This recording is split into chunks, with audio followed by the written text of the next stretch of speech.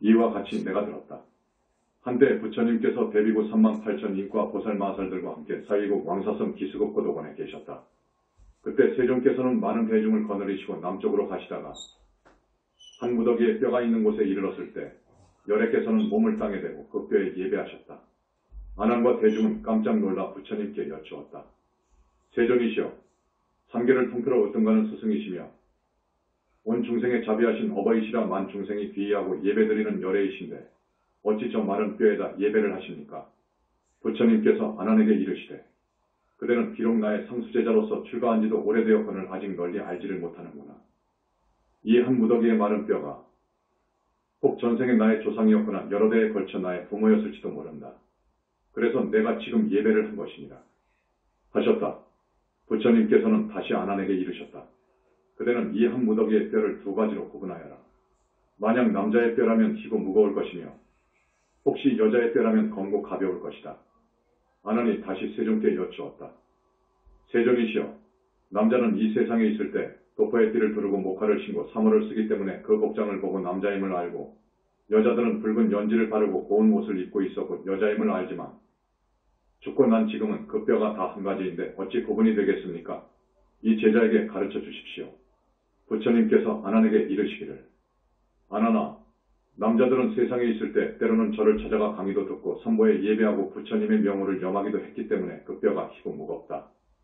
그러나 여자는 세상에 있을 때 정을 통하고 아들, 딸을 낳아 기름해 자식 하나를 낳을 때마다 진한 피 서말 서대를 흘리고 8말 너대의 젖을 먹여야 하기 때문에 그 뼈가 검고 가벼웁니다. 하셨다. 이 말씀을 들은 안하는 마음이 찢어지듯하여 눈물을 흘리고 슬피 울며 부처님께 여쭈었다. 세존이시여, 어찌해야 어머님의 은덕을 갚겠습니까? 부처님께서 안한에게 말씀하셨다. 그대는 잘 듣고 또 잘 들어라. 내 이제 그대를 위해 차근차근 설해 주리라. 어머니가 아기를 베고 있는 10달 동안의 쓰린 고통은 이루 말할 수 없느니라. 어머니가 아기를 베고 첫째 달은 마치 아침에 맺혔다 저녁까지도 보전치 못하며 새벽에 모였다 난망되면 쓰러지는 풀잎 위의 이슬과 같으니라. 어머니가 아기를 베고 둘째 달은 마치 우유방울을 떨어뜨린 것 같고 어머니가 아기를 베고 석 달이 되면 마치 피가 엉긴 듯하고 어머니가 아기를 베고 넉 달이 되면 차츰 사람의 모습을 갖추게 되며 어머니가 아기를 베고 5달째는 뱃속에서 5부분의 모양이 생기느니라. 5부분이란 머리가 한 부분이고 양팔을 합하여 3부분, 양 무릎을 합해 5부분이니라. 어머니가 아기를 베고 6달째는 어머니 뱃속에서 어린 아기의 6정기가 생기느니라. 6정기란 첫째 눈이고 둘째 귀, 셋째 코, 넷째 입, 5째 혀, 6째 뜻이니라. 어머니가 아기를 베고 7달째는 어머니 뱃속에서 360마디의 뼈와 84,000의 털구멍이 생기고 어머니가 아기를 베고 8달째는 아기의 의지와 지혜가 생기고 9부분의 모습이 뚜렷해지며 어머니가 아기를 베고 9달째는 아기가 어머니 뱃속에서 받아먹게 되느니라. 그러나 복숭아, 배, 마늘은 받지 않으며 오곡만을 받느니라. 어머니의 생장은 밑으로 향하고 숙장은 위를 향하여 한 산이 생기니 이 산에는 3가지 이름이 있느니라.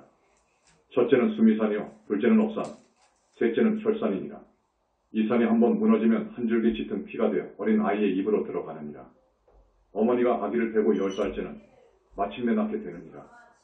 만약 효성스럽고 착한 아이는 주먹으로 합장하고 나오니 어머니를 상하게 하지 않으나 만약 오역죄를 지을 자식이면 어머니 태를 쳐서 찢고 팔로는 어머니의 심장이며 간장을 치고 엉덩이 뼈를 발로 버티어 마치 1000개의 칼로 배를 비젓고 10,000개의 칼로 속을 찌르는 듯한 아픔과 고통을 주고 태어나느니라. 이 외에도 또 10가지의 은혜가 있느니라. 첫째, 아기를 베고 지켜주신 은혜이니 오랜 것 동안의 막중한 인연으로 오늘날 어머니의 태를 빌어 다리 차서 오장이 생겨나고 7달에 육정이 열리니 어머니 몸은 태산처럼 무거워 바람만 불어도 조심되고 비단 옷은 두고도 안 걸치시고 경대에는 먼지만 쌓이네. 둘째, 해산할 때 고통받으시며 낳아주신 은혜이니 아기를 베고 10달이 지나서 어려운 해산 달이 하루하루 다가오니 아침마다 중병 걸린 사람 같고 나날이 정신마저 흐려지듯 그 어려움은 글로 적기 어려워라. 근심과 슬픔이 가슴에 가득하여 친족에게 슬픔을 호소하고 죽지나 않을까 두려워하시네. 셋째, 자식을 낳고 모든 근심을 잊으신 은혜이니 인자하신 어머니가 그대 낳던 날 오장육부를 쪼개고 해치는 듯 몸과 마음이 모두 끊기는 듯하고 마치 양을 잡은 자리처럼 피 흘렸어도 아기가 건실하단 말 들으면 그 기쁨이 더하고 또 더하네. 그러나 기쁨 뒤엔 다시 슬픔이 일어나니 그 고통이 몸과 마음에 사무치네. 넷째, 쓴 것은 삼키고 단 것은 먹여주신 은혜이니 부모의 은혜가 깊고 무거워 사랑과 보살핌 잠시도 잊지 않고 단 것은 먹이시느라 잡수지 못하고 쓴 것은 잡수시되 찡그리지 않으시네. 지중하신 애정 누를 길 없어 그 은혜 깊은 만큼 슬픔도 더하시네. 언제나 자식들만 배부르면 인자하신 어머니는 굶주림도 사양하네.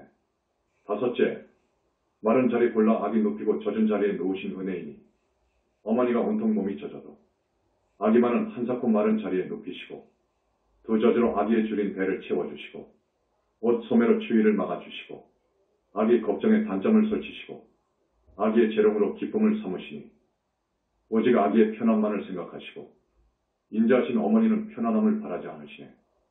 여섯째, 젖을 먹여 길러주신 은혜이니 인자하신 어머니의 은혜가 땅이라면 엄하신 아버지는 하늘이시네.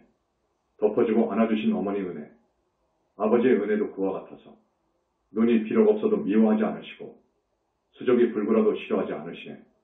내 속으로 친히 낳은 자식이기에 종일토록 아끼시고 가엾이 여기시네. 일곱째, 더러운 것을 깨끗이 빨아주신 은혜이니 예전에 그리도 고우시던 그 얼굴, 풍만하고 아리답던 그 자태, 푸르른 버들잎 같던 두 눈썹, 양보는 붉은 연꽃잎 같으시더니 은혜가 깊을수록 그 모습 쓰러지고 부정한 것 봐시느라 상하시어도 오로지 자식 걱정하시느라 인자하신 어머니의 얼굴이 바뀌셨네. 여덟째, 멀리 떠난 자식을 걱정해 주시 은혜이니 죽어서 헤어짐도 잊기 어렵거늘 생이별은 더욱 더 마음 아픈 것. 자식이 집 떠나 타향에 가면 어머니의 마음도 타향에 있네. 낮이나 밤이나 마음은 자식조차 흐르는 눈물 몇 천 줄기인가?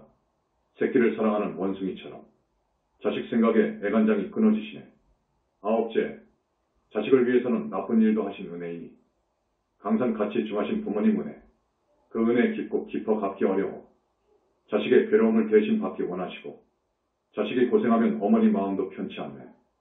먼 길 떠난다는 말만 들어도 가는 길 잠자리는 춥지 않을까. 아들, 딸의 고생은 잠깐이지만 어머님의 마음은 두고두고 쓰려라. 열째, 끝까지 사랑하고 가엾이 여기시는 은혜이니 부모님 은혜는 깊고도 무거워라. 사랑하는 그 마음 마르지 않아. 언제나 선화 마음엔 자식 생각뿐. 멀리 있거나 가까이 있거나 자식 생각 떠나지 않네.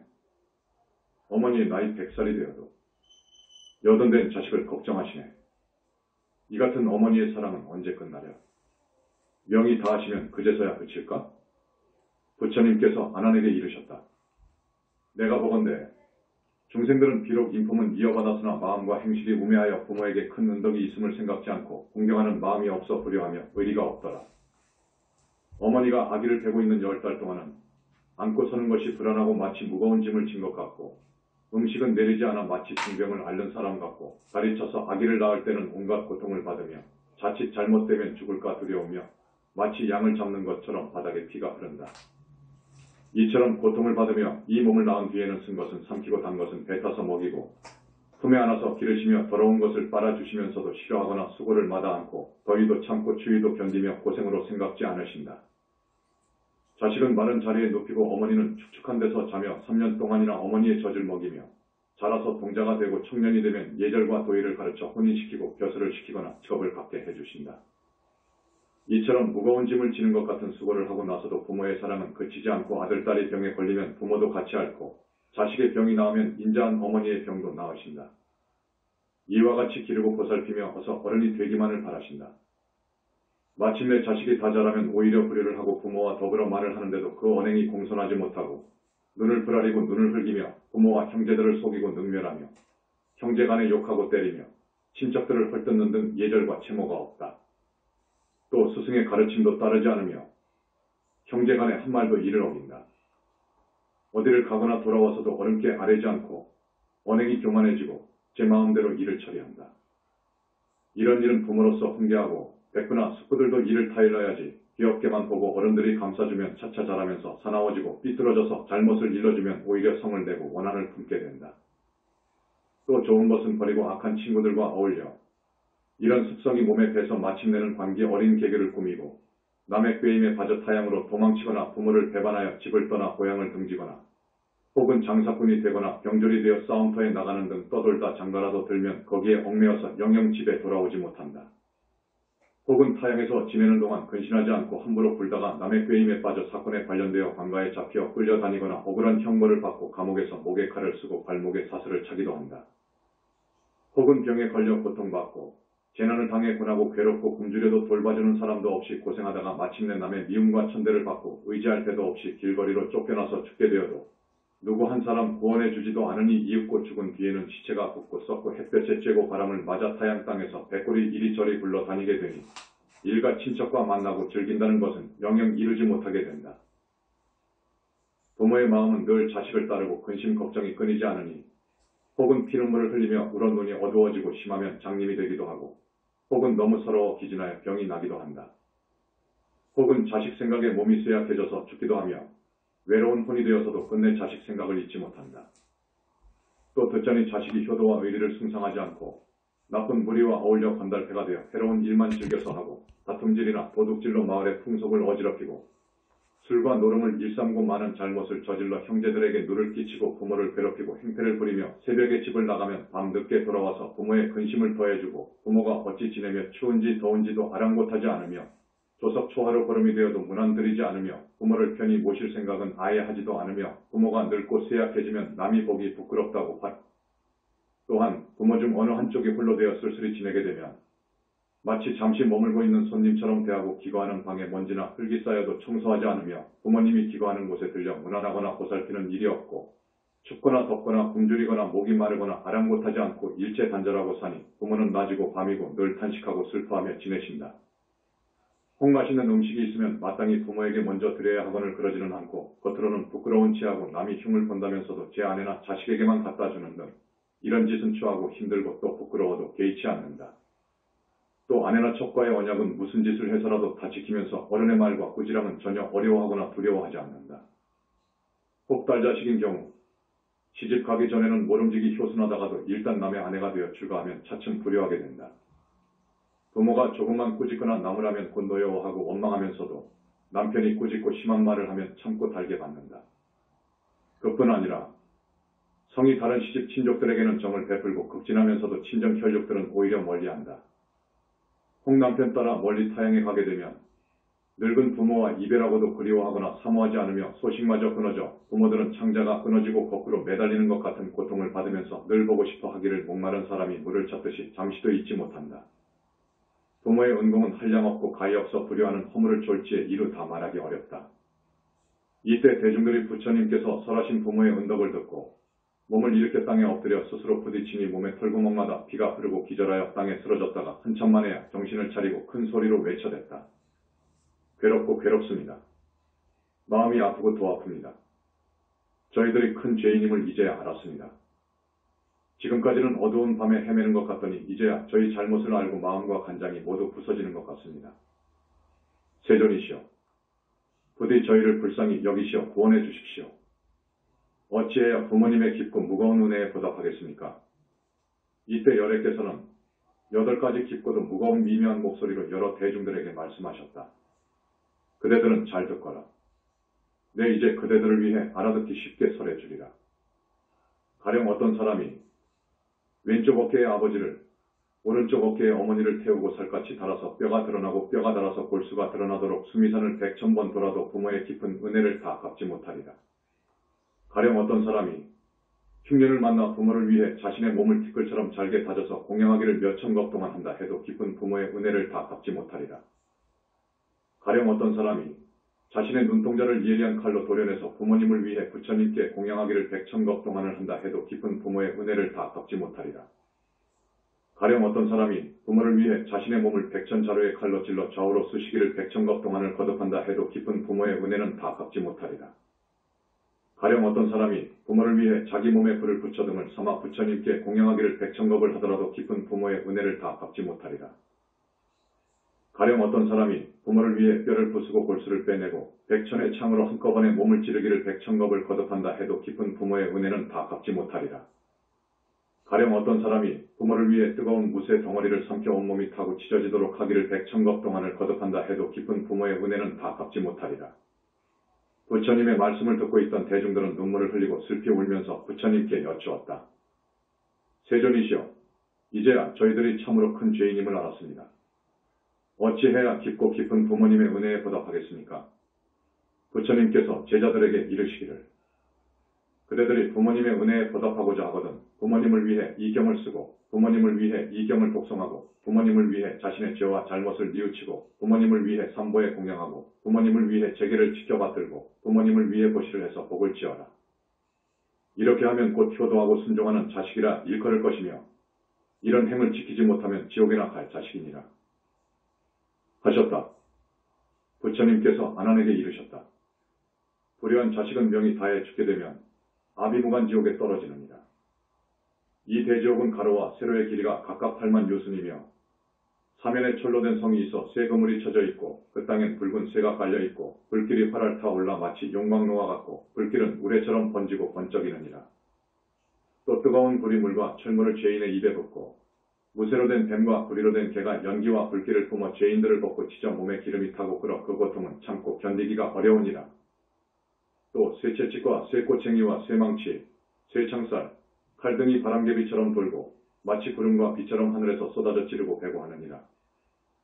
죄인들이 이처럼 벌받기를 몇 겁을 해도 쉬지 않고 끊이지 않으며 또 다른 지옥에 들어가서 머리에 불화로를 이고 다니기도 하고 몸이 무쇠수레에 찢기기도 하고 또 창자며 뼈와 살이 이리저리 불에 타기를 하루에도 1000번 만번 거듭하느니라. 이런 고통을 받는 것은 바로 전생의 오역죄와 불효를 저지른 죄 때문입니다. 대중들은 부모의 은덕에 대한 부처님의 설법을 듣고 눈물을 흘리고 슬피 울면서 부처님께 여쭈었다.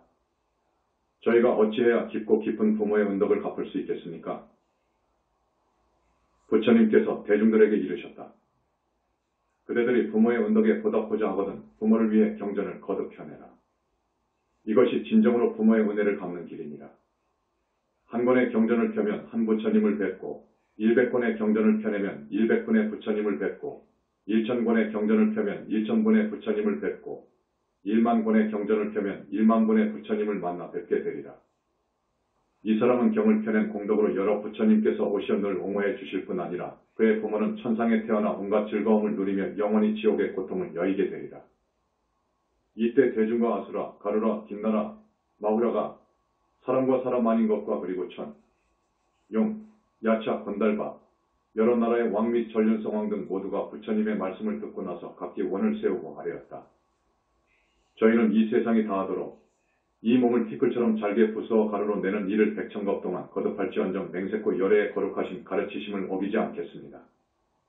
또 백천겁 동안 혀를 끊어내어 그 길이가 100유순이 되도록 늘리고 새로 만든 쟁기로 이 혀를 갈아 피가 강처럼 흐르더라도 맹세코 열애의 거룩하신 가르치심을 어기지 않겠습니다. 또 100천의 칼날이 이 몸을 좌우로 찌르고 관통하더라도 맹세코 열애의 거룩하신 가르치심은 어기지 않겠습니다. 이 몸을 100천겁 동안 철망에 가두고 묶어두더라도 맹세코 열애의 거룩하신 가르치심을 어기지는 않겠습니다. 또 100천겁 동안 이 몸을 작두와 방아로 자르고 부수어 100천만 조각을 내서 살갗과 살덩이와 힘줄뼈가 모두 흩어지더라도 맹세코 열애의 거룩하신 가르치심을 어기지는 않겠습니다. 이때 아나니, 세존이시여, 이 경의 이름을 무엇이라 하오며 또 저희가 어찌 받들고 받아 지녀야 하겠습니까? 하고 부처님께 여쭙자 부처님께서 아난에게 이르셨다. 이 경은 이름하여 대법음원 중경이라 하니 그대들은 마땅히 이 이름으로 받들고 받아 지녀라. 그러자 모든 대중과 천, 인, 아수라 등은 부처님의 말씀을 듣고 모두 크게 기뻐하고 믿고 받아 지녀 행하기로 하고 예를 드리고 물러났다.